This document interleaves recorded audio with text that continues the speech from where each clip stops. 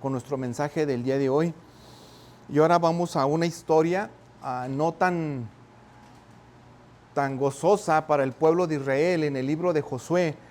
Estamos ya en el capítulo 7 con Josué, donde el capítulo anterior, en el capítulo número 6 del libro de Josué, termina con una gran victoria. No sé si ustedes recuerdan acerca de lo que leímos, estudiamos, o usted ya tiene en la memoria tal vez, aquella gran conquista del pueblo de Jericó, o de la ciudad de Jericó, de una forma muy milagrosa, donde el pueblo primero pasa, antes de llegar a Jericó, el pueblo pasa por el río Jordán en seco, después se queda acampando ahí muy cerca, después Dios les dice cómo llegar a Jericó, cómo van a dominar esa ciudad fortificada, y les dice que den vueltas. Y ya dando vueltas, las murallas de Jericó caen en el séptimo día, que es también la última vuelta, caen, y bueno, el pueblo de Israel pasa de una forma milagrosa, pero se salva solamente Rahab y su familia son salvos por su fe, y eso nos lo dice en Josué capítulo 6, del 22 al 25. Y el capítulo concluye con una nota de fidelidad, donde dice que Josué es engrandecido y Dios es temido por todas las naciones, y eso es el versículo 27. Y termina el capítulo 6. Sin embargo, ya entrando aquí en el capítulo 7, este momento de gloria se interrumpe, pero abruptamente, en el capítulo 7. Lo que parecía un continuo de victoria se ve interrumpido por una derrota muy humillante. Y el pueblo de Israel es derrotado humillantemente ya ahorita. ¿Pero por qué? Abran sus Biblias, por favor. Abran sus Biblias ahí en Josué capítulo 7 y vamos a leer los versículos del 1 al 9. Vamos a ver esta historia que ya es triste. Pero ¿qué fue lo que pasó después de haber ellos tenido tanto gozo y tanta victoria continua? Pero aquí ya se ve interrumpida esa línea de victorias. Josué capítulo 7 del 1 al 9, y dice así, el versículo 1: pero los israelitas fueron infieles en cuanto a las cosas dedicadas al anatema, porque Acán, hijo de Carmi, hijo de Sabdi, hijo de Sera, de la tribu de Judá, tomó de las cosas dedicadas al anatema. Entonces la ira del Señor se encendió contra los israelitas. Versículo 2. Josué envió hombres desde Jericó a Ai, que está cerca de Bet-Aben, al este de Betel, y les dijo: suban y reconozcan la tierra. Y los hombres subieron y reconocieron a Ai. Versículo 3. Cuando volvieron a Josué le dijeron: que no suba todo el pueblo, solo 2,000 o 3,000 hombres subirán a Ai. No hagas cansar a todo el pueblo subiendo allá, porque ellos son pocos. Así que subieron allá unos 3,000 hombres del pueblo, pero huyeron ante los hombres de Ai. Los hombres de Ai hirieron de ellos a unos 36 hombres y los persiguieron desde la puerta hasta Sebarim y los derrotaron en la bajada. El corazón del pueblo desfalleció y se hizo como agua. Versículo 6. Entonces Josué rasgó sus vestidos y postró su rostro en tierra delante del arca del Señor hasta el anochecer, él y los ancianos de Israel, y echaron polvo sobre sus cabezas.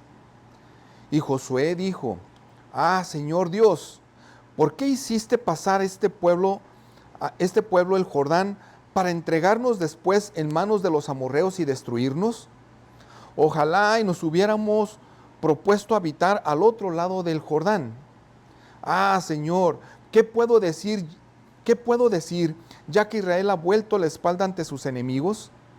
Y versículo 9: porque los cananeos y todos los habitantes de la tierra se enterarán de ello y nos rodearán y borrarán nuestro nombre de la tierra.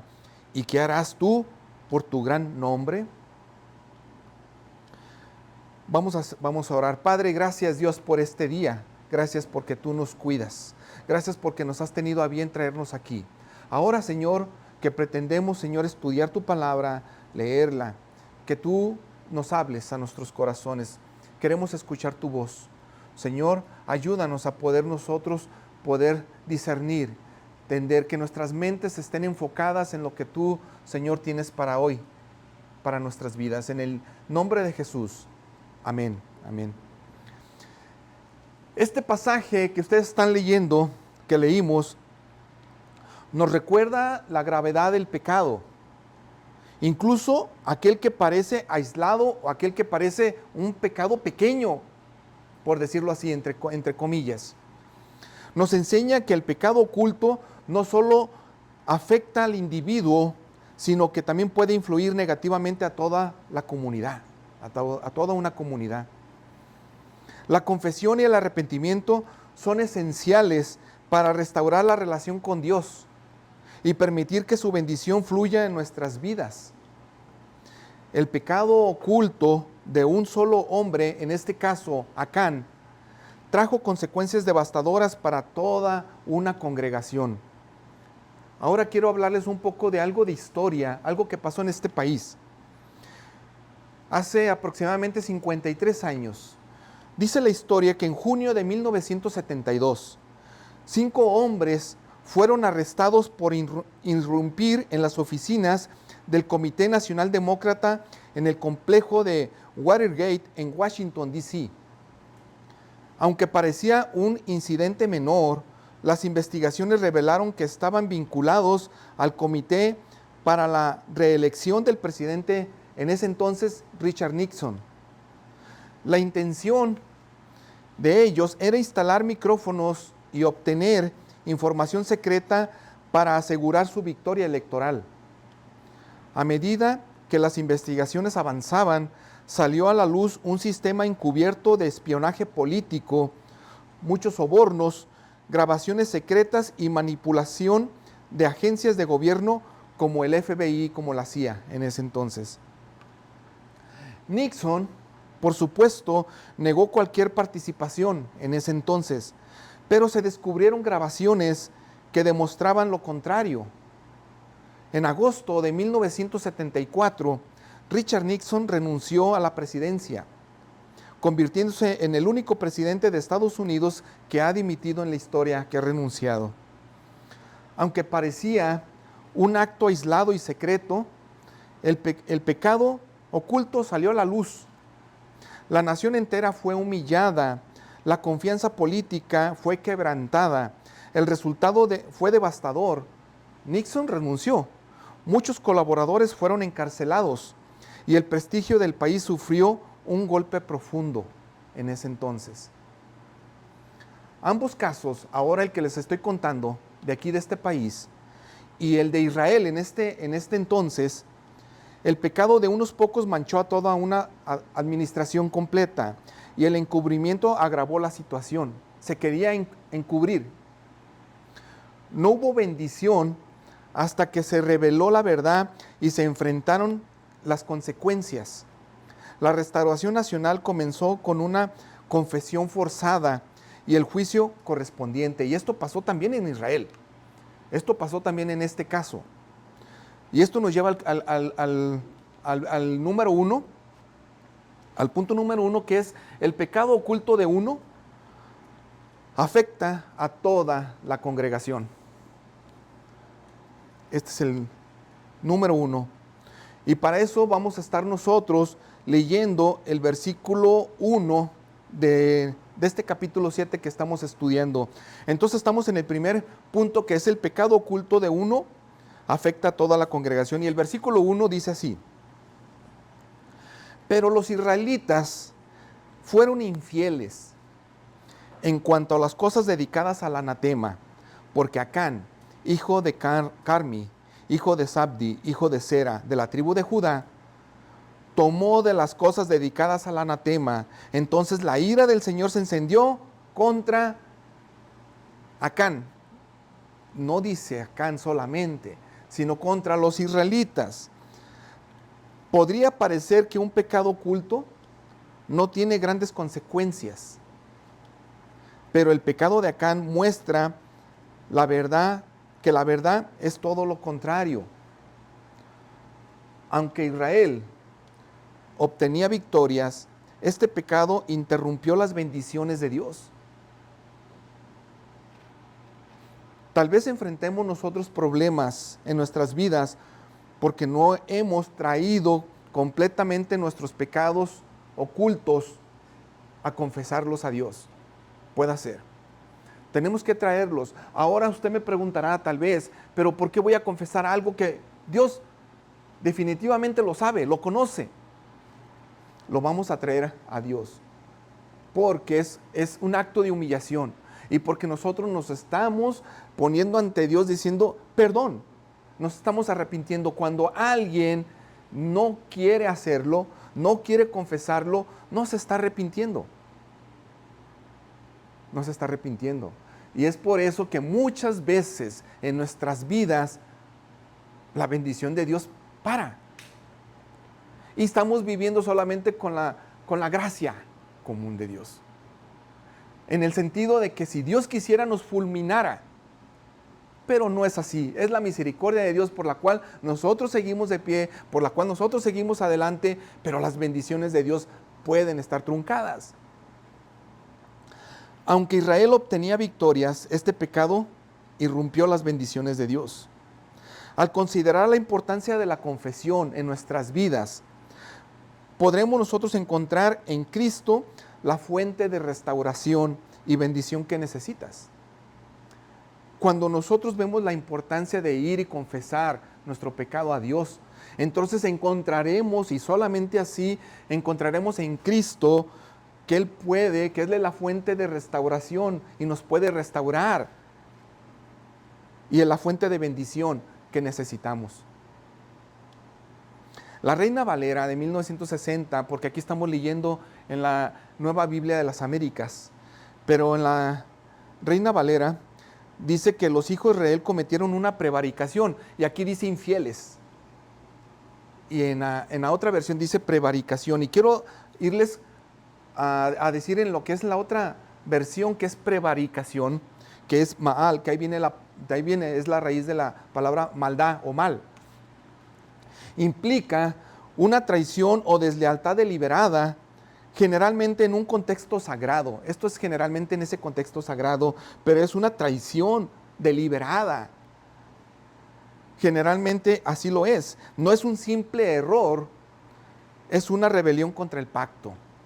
Y ahorita vamos a hablar acerca de lo que es del pacto, el antiguo pacto, el nuevo pacto, vamos a hablar también un poquito de eso, pero era una rebelión contra el pacto que Dios tenía, porque Dios hizo un pacto con el pueblo. Ahora vamos a ver, para entender qué es anatema. Anatema, lo que ha sido dedicado irrevocablemente a Dios para su destrucción. O sea que Dios mismo lo ha dicho, esto es para destrucción. Esto no lo toquen, esto no lo agarren, no lo vayan, no lo hagan. No tomar del herén era un mandato claro. Esta es una transliteración al hebreo, porque pues no podríamos leerlo nosotros en esas letras. Pero transliterado, pues es lo que ha sido irrevocablemente dedicado para la destrucción por Dios. Ahora, Josué les había advertido al pueblo o no.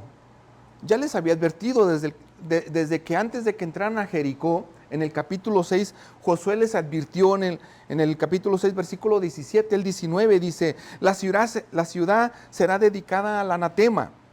Ella y todo lo que hay en ella pertenece al Señor. Solo Rahab, la ramera, y todos los que están en su casa vivirán, porque ella escondió a los mensajeros que enviamos. Pero ustedes tengan mucho cuidado, les dice Josué a ellos. Tengan mucho cuidado en cuanto a las cosas dedicadas al anatema, no sea que las codicien y tomando de las cosas del anatema, que son malditas, dice, hagan maldito el campamento de Israel y traigan desgracia sobre él. Y el 19 dice, toda la plata y el oro y los utensilios de bronce y de hierro serán consagrados al Señor, estarán en el tesoro del Señor. Ya les había dicho y dice, esto no lo hagan.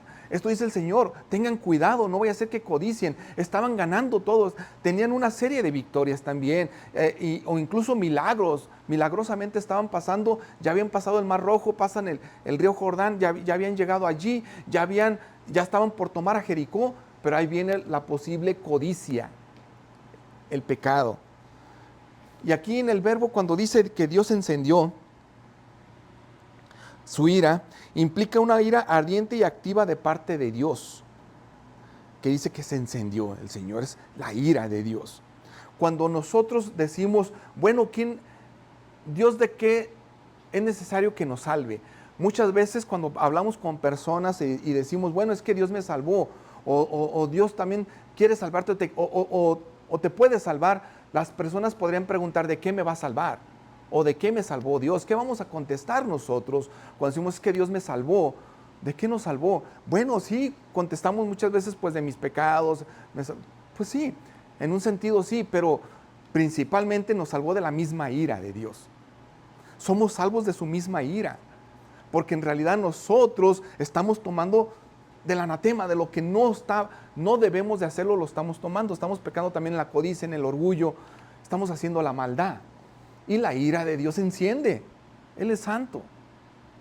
Pero nosotros ahora encontramos en Cristo que por medio de Cristo, esa ira de Dios en la cruz del Calvario que tenía Dios contra la humanidad, cae en la cruz del Calvario y muere el Señor Jesucristo en la cruz del Calvario, absorbiendo toda la ira que nosotros merecíamos.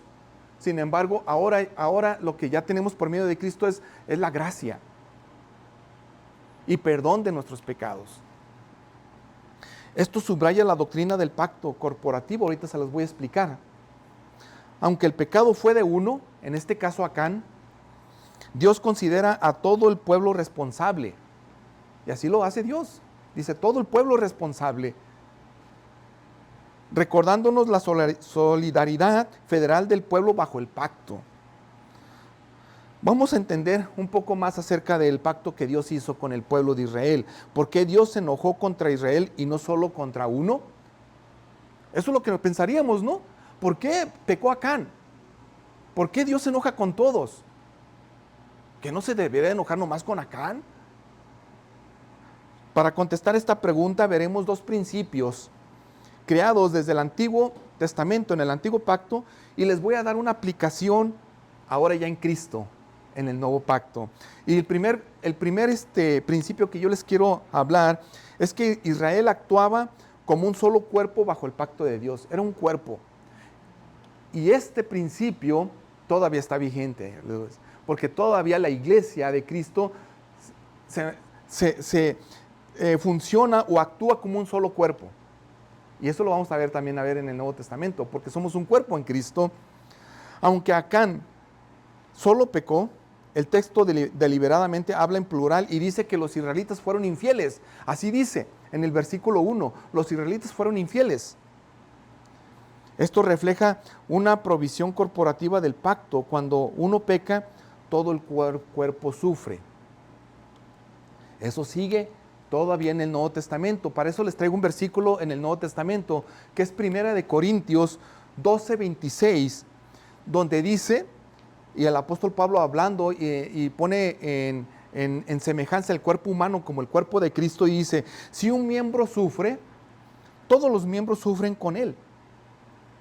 Y si un miembro es honrado, todos los miembros se regocijan con él. No sé si ustedes se han dado cuenta, cuando están trabajando, o ya sea hombres o mujeres, se cortan un dedo con un cuchillo, con lo que están haciendo en el trabajo, se cortan un dedo, ¿no les duele hasta la cabeza? Pero ustedes se cortaron el dedo. Jamás fue tocada su cabeza. O cuando se dan un martillazo en un dedo, si se dan un martillazo, ¿qué no les duele lo demás del cuerpo? Hasta la cabeza, porque es un solo cuerpo. Se va a doler el cuerpo entero cuando un miembro se duele, se daña o sufre. Por eso da esa semejanza el apóstol Pablo del cuerpo humano con el cuerpo de la iglesia. Eso pasa también cuando uno del cuerpo se duele o sufre o peca. se duelen los demás. En el Antiguo Testamento el pueblo estaba unido federalmente bajo el pacto con Dios. Cuando Acán pecó, rompió ese pacto y contaminó a todo un pueblo. Todos perdieron. Murieron 36 personas ahí, dice ahí. 36. El pueblo perdió. Para esto quiero hablarles del segundo principio. Y con este principio, que fortalece el primer principio, fortalece el que ya habíamos hablado, les voy a hablar acerca del principio de responsabilidad corporativa en el Antiguo Pacto. Vamos a hablar ahora sí del Antiguo Testamento. Para eso traigo algunos pasajes del Antiguo Testamento. Entonces, este principio, que había una responsabilidad corporativa ante Dios como un cuerpo Israel, viene en Éxodo capítulo 20, versículo 5. En Éxodo capítulo 20, versículo 5 nos dice, Dios les está diciendo, incluso estos los 10 mandamientos. Dice, no los adorarás ni los servirás, porque yo, el Señor tu Dios, soy Dios celoso, que castigo la iniquidad de los padres sobre los hijos hasta la tercera y cuarta generación de los que me aborrecen. Entonces Dios les está diciendo aquí, incluso cuando le está dando la ley, ahí a Moisés en el Éxodo, les dice, cuando le está hablando de otros dioses que muchos paganos o otros pueblos que fuera de ahí adoraban, dice, no lo van a hacer, ustedes no lo hagan, porque yo soy el Señor su Dios, Dios celoso. Y dice que castigo la iniquidad de los padres sobre los hijos hasta la tercera y cuarta generación. Fíjense este pacto, que incluso eran afectados las otras generaciones cuando alguien lo hacía. Hasta hijos o nietos eran afectados también. Este era el principio pactual, no de culpa automática, sino de consecuencias corporativas de cuerpo. Había en el cuerpo alguien que estaba desobedeciendo, había consecuencias con los demás. Esto cambió en un sentido en el Nuevo Testamento. Si ustedes recuerdan que el Señor Jesucristo, que los fariseos le preguntaron porque querían tenderle una trampa y les preguntaron acerca de un hombre que era paralítico de nacimiento, y le dicen, Señor, ¿quién pecó, él o sus padres? Porque ellos traían en mente todavía este antiguo pacto. Estaba Cristo con ellos, delante de ellos, y ellos no estaban viendo que Él era el nuevo pacto. No lo estaban viendo, no lo estaban reconociendo y lo estaban incluso rechazando como el Mesías. Entonces le preguntan, ¿quién pecó, él o sus padres? Porque así era corporativamente, eran afectados muchas veces los demás. Cuando pecaban, que fuera abuelo o tatarabuelo, había consecuencias en generaciones, porque aquí lo dice en el Antiguo Pacto. Pero Jesucristo contesta y le dice, cuando le dicen, ¿quién pecó, él o sus padres? Y le dice, no pecó ni sus padres ni él. Él está así para que el nombre de Dios sea glorificado y lo sana. Entonces ahora en un sentido cambia, ya no es meramente consecuencia de alguien más, sino que cada quien va a dar cuentas de su pecado, En un sentido, en otro sentido se sigue doliendo el cuerpo. Ahí se sigue doliendo el cuerpo. La familia, no sé, a veces una comunidad, una iglesia se sigue doliendo también. Ok, en el Antiguo Testamento también viene otro versículo, y es Levítico 26, del 40 al 42. Y dice, y si confiesan su iniquidad y la iniquidad de sus antepasados, fíjense aquí cómo viene también, o sea, ese pacto que había con ellos, si confiesan su iniquidad de sus antepasados por las infidelidades que cometieron contra mí, y también porque procedieron con hostilidad contra mí, yo también procedía con hostilidad contra ellos para llevarlos a la tierra de sus enemigos, o si su corazón incircunciso se humilla y reconocen sus iniquidades, le está diciendo ahí Dios, entonces el 42 dice, entonces me acordaré de mi pacto con Jacob, ese pacto. Me acordaré también de mi pacto con Isaac y mi pacto con Abraham, y me acordaré de la tierra. Era así como funcionaba.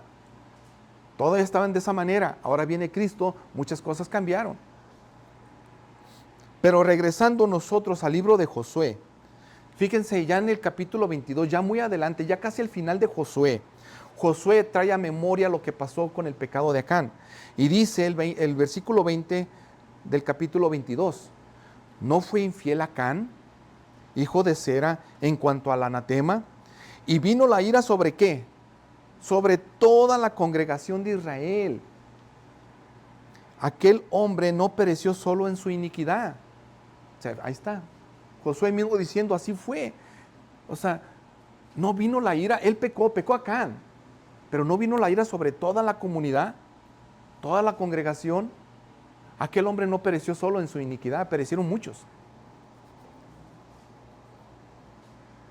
En el antiguo pacto, el pecado de uno contaminaba al conjunto, porque el pueblo era una unidad espiritual y moral representada ante Dios. Ahora quiero darles esta aplicación de principios, pero en el Nuevo Testamento, en el Nuevo Pacto. Aunque en el Nuevo Pacto la responsabilidad personal es más explícita, porque ya en el Nuevo Pacto ya la responsabilidad personal es más explícita, ya no es tanto de abuelos, padres, hijos, no, es más explícita. El principio corporativo se mantiene, eso se mantiene, ese principio de cuerpo. Y ya les había traído este versículo de Corintios, capítulo 5, versículo 6. No sé si se los había traído o no, pero dice, la jactancia de ustedes no es buena. ¿No saben que un poco de levadura fermenta toda la masa? Aquí el apóstol Pablo estaba hablando de la levadura de los fariseos, porque él explica también esto. En el Antiguo Testamento también, cuando ellos tenían que hacer la Pascua, cuando tenían que celebrar la Pascua y tenían que comer el cordero también, pero también tenían que comer panes sin levadura. Para los que cocinan, mujeres o hombres que les gusta cocinar o les gusta más que nada hacer postres, hornear, se darán cuenta que la levadura funciona de una manera especial, porque si ustedes le ponen al pan levadura, lo que va a hacer que el pan se infle y cambie su aspecto original, y que no quede como, si no le ponen la levadura, pues queda como galletita, ¿no? Así, planito, porque cambia su aspecto original. Ahora el apóstol Pablo decía, ustedes deben de ser sin levadura, deben actuar sin levadura, pero él decía la levadura de la hipocresía de los fariseos. O sea, que no cambien su aspecto original, no sean así, no sean de doble cara, decía el apóstol Pablo. No den una cara diferente, no se inflen cambiando su aspecto. Ustedes son así. Entonces, y los fariseos así eran actuaban con mucha hipocresía. Entonces dice él aquí, o no saben que un poco de levadura fermenta toda la masa, ahí hablando también como cuerpo también. Es toda la masa la que va a suceder. ¿Ok? El pecado no disciplinado de uno puede traer contaminación espiritual a toda la iglesia. Si ustedes después en sus casas leen Hechos capítulo 5 del 1 al 11, que es un pasaje más largo que no lo vamos a leer ahorita, pero es la historia donde Ananías y Zafira, este matrimonio, pecan. Ellos quisieron donar o traer, vendieron un terreno y traer esas ganancias a los apóstoles. Eran dueños del terreno ellos. Ellos podían hacer lo que ellos quisieran, y eso le dijo Pedro. Ese no fue el problema fue la mentira, el pecado de mentir, que ellos vendieron este terreno y que lo querían donar al ministerio, pero ellos dijeron que exactamente todo lo que habían agarrado de ese terreno lo estaban donando, y ellos no, ellos habían tomado cierta cantidad para ellos, pero el problema fue la mentira, la mintieron. Ellos podían haber dicho la verdad. Oh, mira, pues ya hicimos esto, pero esto lo vamos a donar, esto vamos a quedar nosotros con esta parte. Pero fue la mentira también, pero también allí fueron afectados también los demás. El pueblo también fueron afectados otros. En Apocalipsis, capítulo 2 y capítulo 3, Jesús responsabiliza a iglesias enteras por tolerar el pecado en su interior. En esos dos capítulos, en Apocalipsis, ustedes van a ver 7 iglesias, y cómo Dios responsabiliza a toda una iglesia por un pecado de algunos. Y les habla a toda la iglesia. Por ejemplo, Tiatira, tolerando a Jezabel, gracias. Tolerando a Jezabel, pero él responsabiliza a toda una iglesia. Y les habla a las iglesias enteras por el pecado de algunos. Y aquí les traigo aunque sea un capítulo, un versículo, perdón, de Apocalipsis 2:20, donde dice, pero tengo esto contra ti, y le está hablando a la iglesia, que toleras a esa mujer Jezabel, que se dice ser profetisa, y enseña y seduce a mis siervos a que cometan actos inmorales y coman cosas sacrificadas a los ídolos. Ella era Jezabel, pero ella también estaba seduciendo a otros también ya estaban pecando, pero era ella. Pero responsabiliza a toda la iglesia de Tiatira. ¿Cuál es la diferencia entonces entre el Antiguo Testamento y el Nuevo Testamento de lo que les estoy hablando? Bueno, el pueblo de Israel estaba unido federalmente y nacionalmente en un pacto teocrático con Dios. Teocrático, teo es Dios y crático es gobierno, en un gobierno de Dios. Y estaba así unido. Esto lo vemos en Éxodo 19. Ustedes lo podrán ver. Solamente vamos a leer 2 versículos de ese capítulo. Y dice, Éxodo 19, 5 y 6.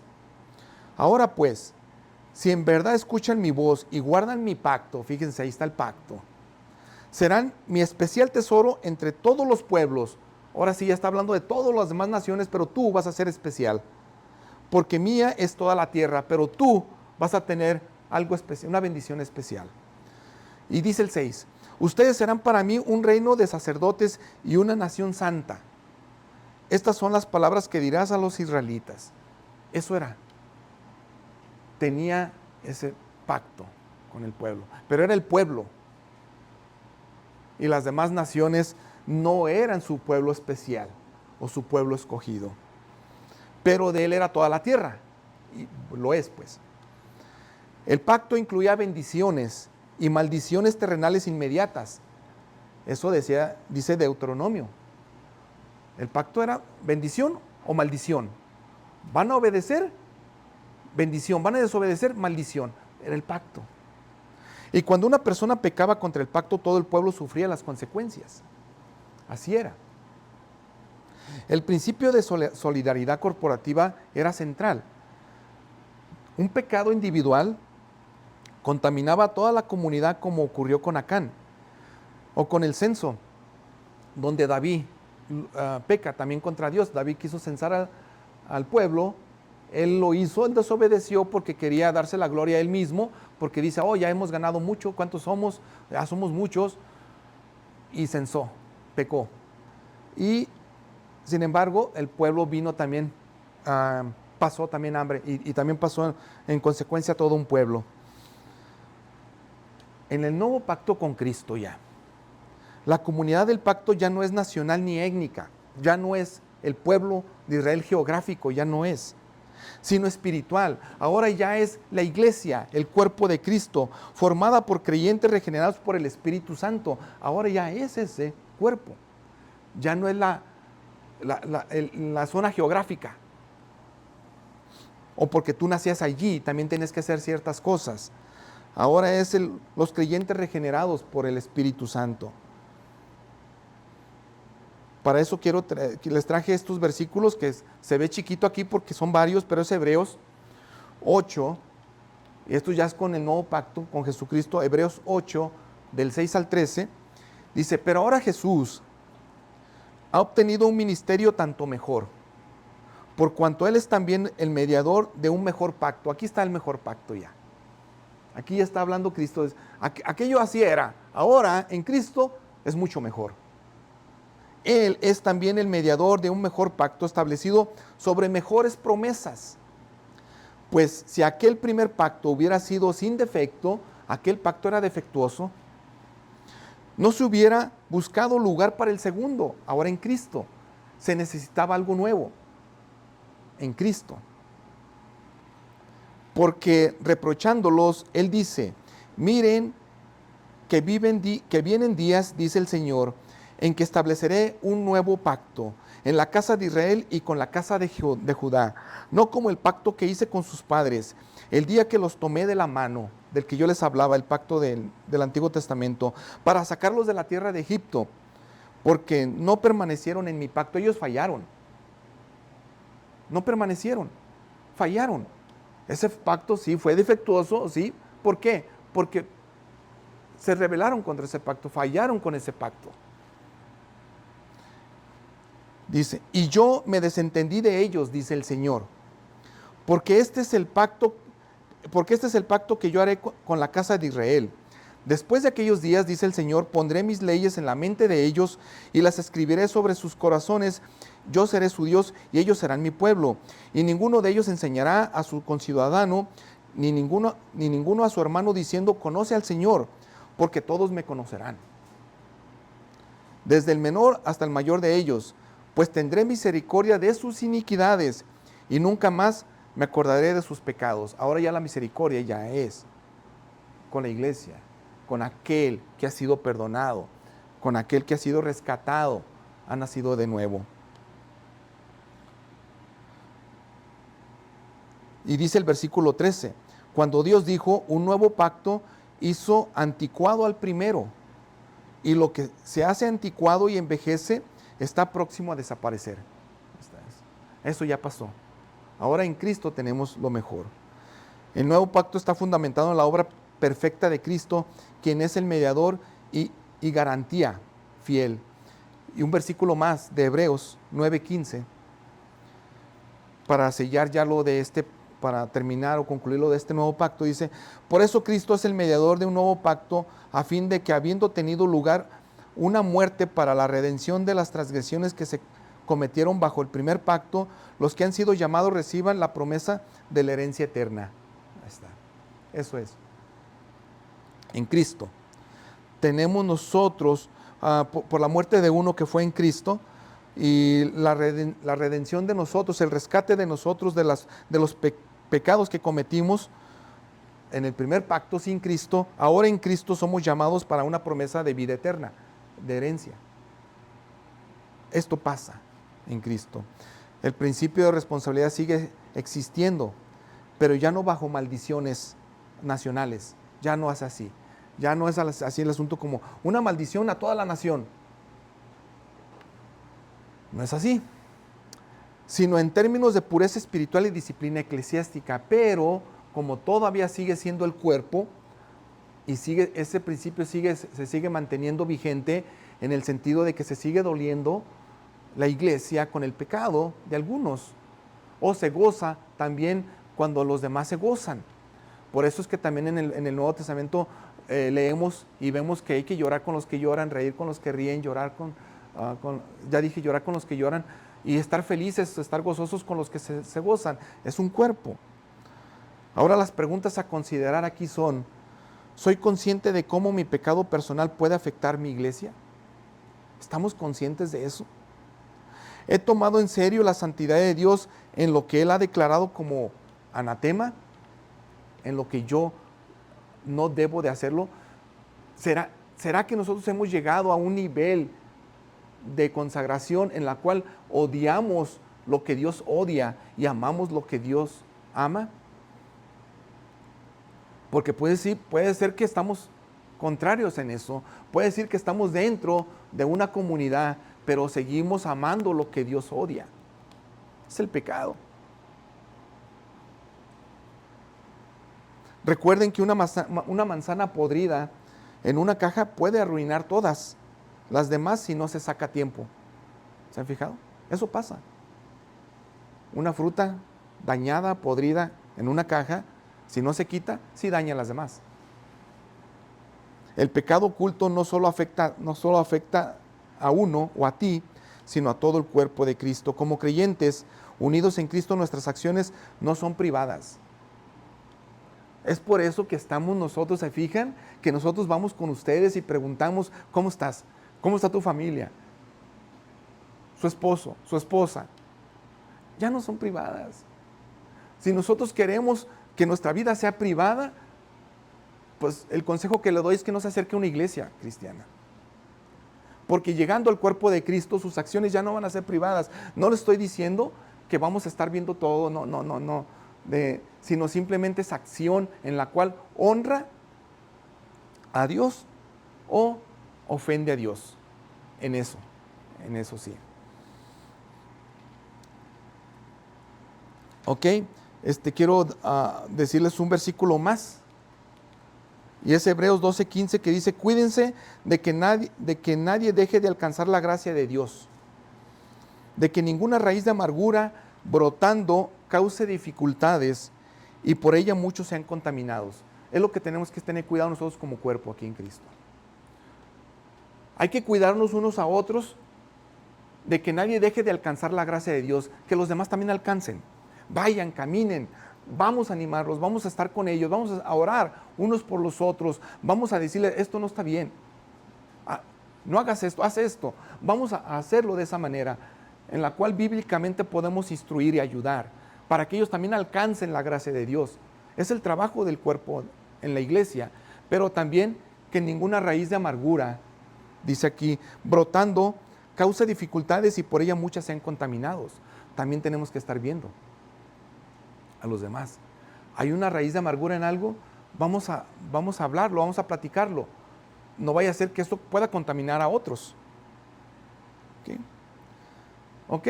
Y vamos a este punto, y este punto va a ser más rápido. Y con eso terminamos. Dice, la autoconfianza conduce a nuestra derrota segura. Algo también que pasó también con el pueblo de Israel, o con algunos, es que esa autoconfianza, si no se cura, o si no se también, si no lo tienes tú de una manera en la cual puedes analizarla y ver qué está pasando, te va a llevar a una derrota segura. Y lo vamos a ver en estos versículos. Josué 7 del 2 al 5. Dice el versículo 2, Josué envió hombres desde Jericó a Ai, que está cerca de Bet-aven, al este de Betel, y les dijo, suban y reconozcan la tierra, y los hombres subieron y reconocieron a Ai. Cuando volvieron a Josué, le dijeron que no suba todo el pueblo, solo 2 o 3 mil hombres subirán a Ai, no hagas cansar a todo el pueblo subiendo allá, porque ellos son pocos.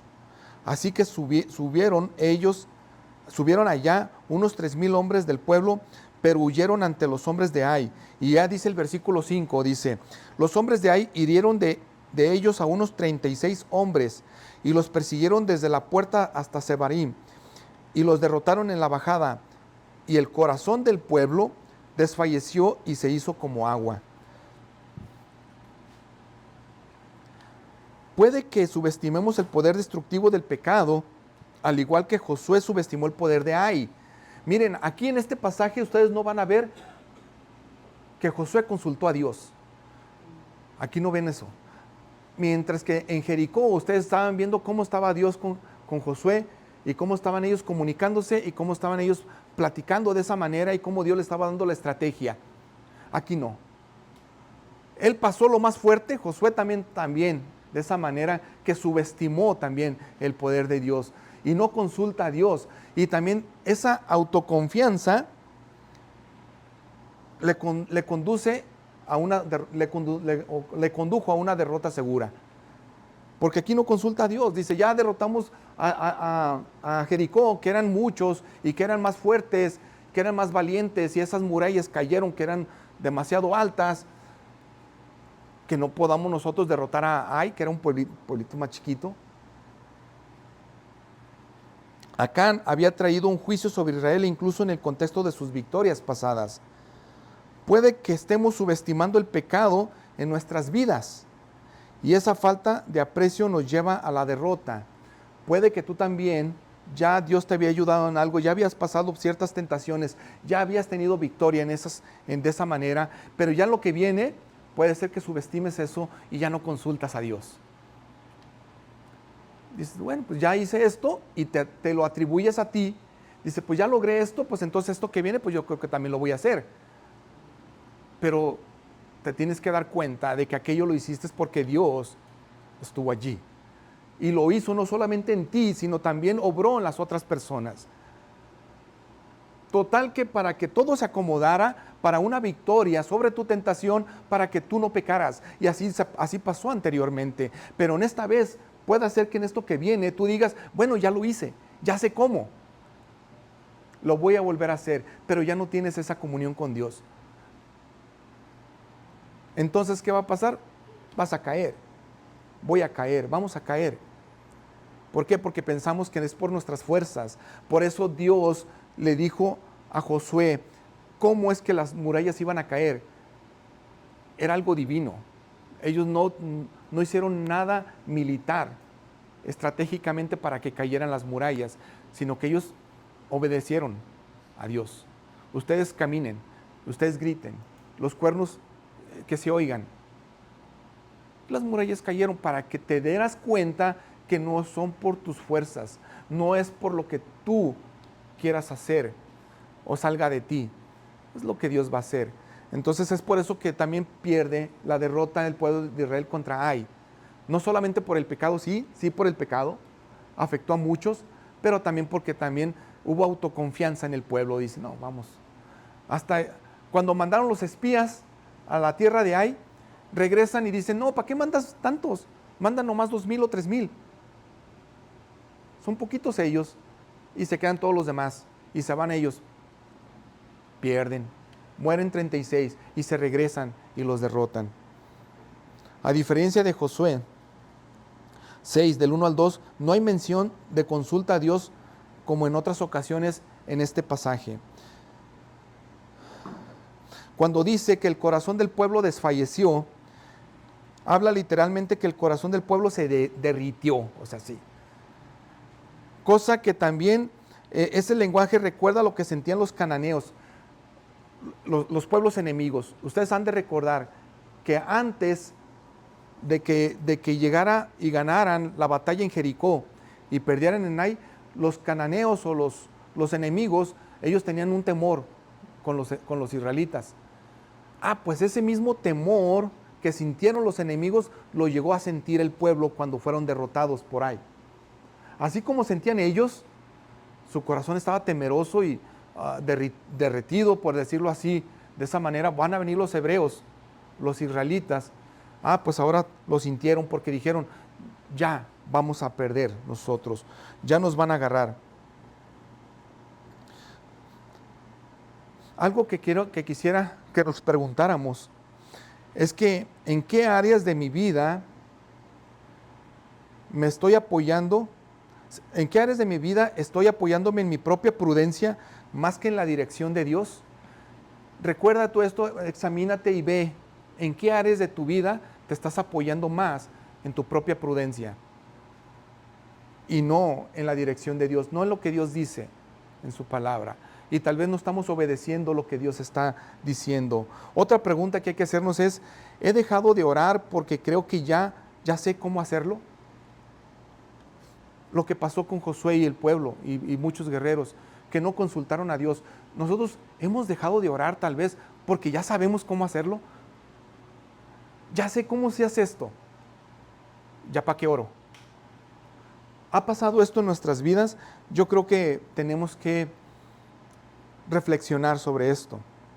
Proverbios, capítulo 3, versículo de 5 al 6, dice, confía en el Señor con todo tu corazón. No te apoyes en tu propio entendimiento. Reconócelo en todos tus caminos. Y entonces Él enderezará tus sendas. Eso es lo que dice Proverbios. Confía en el Señor. No te apoyes en tu propia prudencia. Reconócelo en todos tus caminos. Entonces Él va a enderezar tus sendas, tus caminos. El Salmo, quiero leerles este Salmo también que es 127:1. Dice, si el Señor no edifica la casa, también ya lo han escuchado mucho, en vano trabajan los que la edifican. Si el Señor no guarda la ciudad, en vano vela la guardia.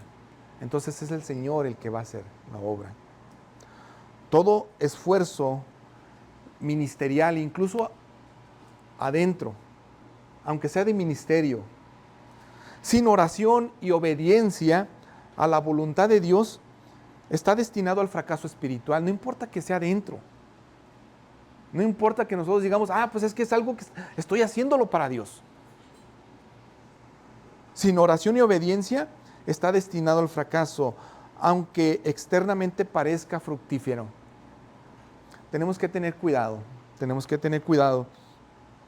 Y después nosotros vamos a estar viendo para la próxima semana el quebranto espiritual exige una respuesta humillante de Dios. Cuando llegamos nosotros, y fue lo que hizo el pueblo de Dios, cuando se quebranta y confiesa su pecado y se humilla, entonces la respuesta de Dios viene en bendición. Pero porque la persona se humilla, confiesa y obedece y está quebrantado. Entonces ahí viene lo que es la bendición de Dios. Incline su rostro, por favor, vamos a orar. Padre, gracias por este tiempo. Gracias por tu palabra. Gracias, Señor, porque has sido bueno. A pesar de que nosotros hemos hecho muchas cosas, tal vez sin consultarte, tal vez hemos hecho muchas cosas sin tomar en cuenta lo que dice tu palabra, pero te pedimos perdón. Perdona nuestras vidas. Perdona nuestros corazones y nuestras acciones cuando nosotros hemos querido hacer cosas que están llenas de autoconfianza. Señor, tal vez hay pecados que estén ocultos. Tal vez hay pecado en la cual no lo hemos dicho a nadie y ni siquiera te lo hemos dicho a ti. Perdónanos por eso también. Que cada uno de nosotros vaya ante ti pidiéndote perdón, humillándonos ante ti y poder decir, Señor, estoy aquí. Tú sabes que yo he hecho esto. Tú ya lo sabes. Pero estoy aquí porque yo me arrepiento. Y porque yo estoy aquí porque tú, Señor, quiero que no me estés dejando ni tampoco que esas bendiciones dejen de estar llegando a nuestras vidas. Perdona mi pecado y perdona, Señor, las posibles consecuencias de los demás.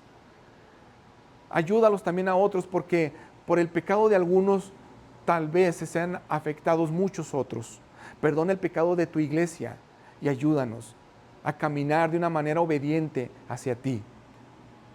Que te consultemos en todo y que no pensemos que porque ya hemos hecho las cosas bien alguna vez, ya no ocupamos de consultarte otra vez. Ayúdanos a ser diferente y a ser obedientes, porque te lo pedimos en el nombre de Jesús. Amén. Amén.